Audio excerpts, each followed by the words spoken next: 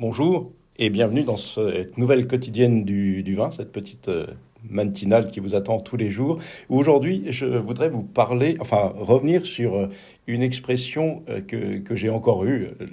Les restaurants fourmillent de remarques intéressantes de ce que j'appelle un peu Monsieur Je sais tout, même si parfois c'est Madame Je sais tout. C'est parfois difficile de leur répondre comme ça entre deux services de vin. Sa remarque, c'était de toute façon, les crus, c'est de l'esbrouf. Alors, autant parfois, je me dis, on peut essayer de comprendre ce que les gens mettent derrière les mots, parce que pour le vin, comme je le dis souvent, ça n'est pas très facile ni très évident. Autant là, il n'y a, pardon, mais rien à récupérer. Non, les crus, ça n'est pas de l'esbrouf. Alors, qu'est-ce qu'on appelle cru? Bien sûr, parfois on dit ah c'est un bon cru. Et on entend plutôt, on veut dire c'est une bonne cuvée, c'est un bon millésime, c'est une belle bouteille. Mais ce n'est pas dans ce sens-là qu'on parle de cru de manière plus officielle. Les crus, ce sont en quelque sorte des AOP de premier ordre, d'une excellence supérieure aux AOP traditionnels. Vous avez par exemple un Nuit Saint-Georges. Déjà, pour avoir l'appellation Nuit Saint-Georges, ça signifie qu'on est sur quelque chose de belle qualité. Et le premier cru, c'est encore au-dessus. C'est vraiment de la qualité dans la qualité. Alors, bien évidemment, et ça je le dis souvent, premier cru et grand cru, évidemment, grand cru, c'est encore au-dessus du premier cru. Premier cru et grand cru, ça n'est pas un gage absolu de qualité. Vous pouvez avoir des premiers crus qui sont mal travaillés, avec des vignerons qui ne savent pas forcément travailler, et donc votre premier cru n'aura rien d'intéressant.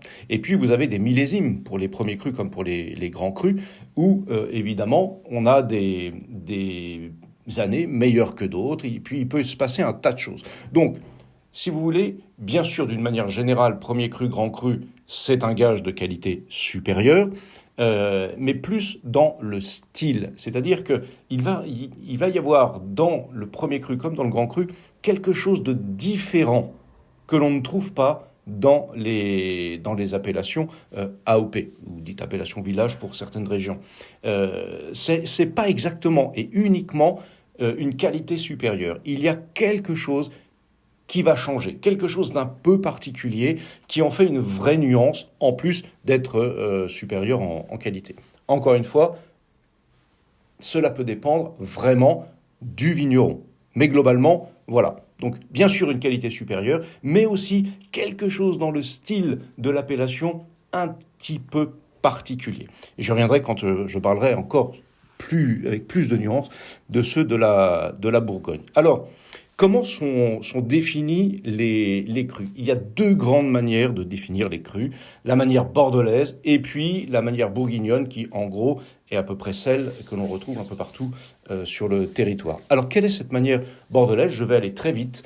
Elle date de 1855, les classements, grand cru, classé, etc., de 1855, qui avait classé, à la demande de l'empereur Napoléon III, pour l'exposition universelle, les meilleurs vins classés sur les meilleures ventes, les prix de vente, etc. Je ne rentre pas dans le détail. En tout cas, c'est un classement qui est à peu près figé, à part le mouton Rothschild qui a fait son entrée dans la plus haute sphère il y a une cinquantaine d'années, soixantaine d'années, je crois. J'ai plus la date exacte en tête. Mais globalement, c'est assez figé. Et on a ces grands crus qui sont plus liés à des domaines, des maisons, des châteaux, qu'au sol lui-même.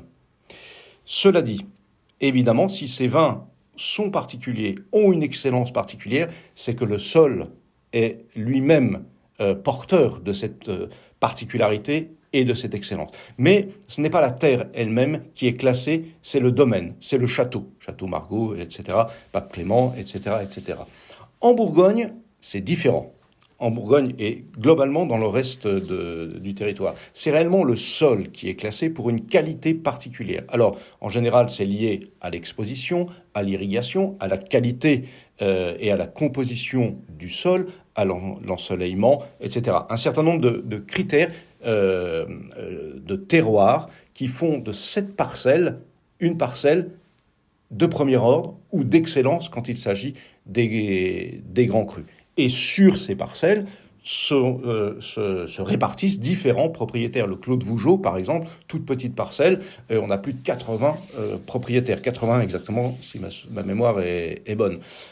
Donc voilà, les deux grandes différences, des domaines, des châteaux en Bordelais, mais bien sûr liés à une terre particulière, et dans le reste de la France, ce sont des parcelles qui sont particulièrement porteuses d'un vin d'excellence, voire d'exception. Ça, c'est pour les grandes lignes. Après, évidemment, il y a de multiples nuances parce que les grands crus de Saint-Émilion, par exemple, répondent à d'autres critères de classement que toute la partie Médoc pour les grands crus classés, où là, on est plus sur une qualité de travail avec des sélections et des approbations pour l'entrée dans les crus, avec des renouvellements sur plusieurs années. Donc là, c'est un petit peu différent. Mais globalement, c'est de toute façon lié plus ou moins et de plus ou moins près au terroir. Donc on est très très très très loin de l'Esbrouffe. Alors, je ne vais pas rentrer plus dans le détail pour un petit podcast. Si vous voulez aller plus loin, sachez que aujourd'hui sort mon livre Le vin à la bouche, le petit livret du dégustateur, que vous pouvez trouver donc maintenant sur Amazon et un peu partout, et dans lequel j'ai tout un chapitre sur cet aspect-là. Voilà, j'espère vous avoir mis le vin à la bouche. N'hésitez pas à vous abonner à la chaîne YouTube, au compte Instagram, et si vous voulez même encore aller plus loin, eh bien suivre les formations dont vous avez le lien en descriptif.